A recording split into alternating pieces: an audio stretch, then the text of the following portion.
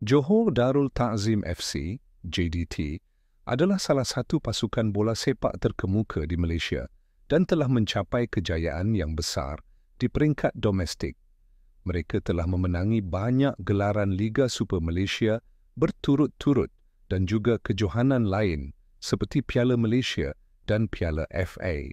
Di peringkat Asia, JDT telah membuat kemajuan ketara dengan penyertaan mereka dalam Liga Juara-Juara AFC yang merupakan kejohanan kelab utama di benua tersebut.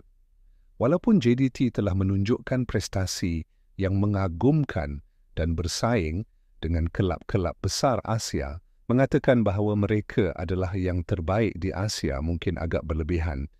Ini kerana terdapat banyak kelab yang sangat kompetitif dari negara-negara dengan liga yang lebih kuat seperti Jepun, Korea Selatan dan Arab Saudi yang mempunyai sejarah yang lebih panjang dan kejayaan yang konsisten di peringkat Asia.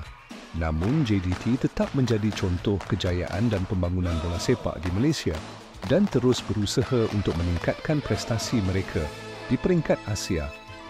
Kejayaan mereka di pentas Asia akan boleh dinilai lebih tepat sekiranya mereka mampu melangkah lebih jauh atau memenangi kejohanan seperti Liga Juara-Juara AFC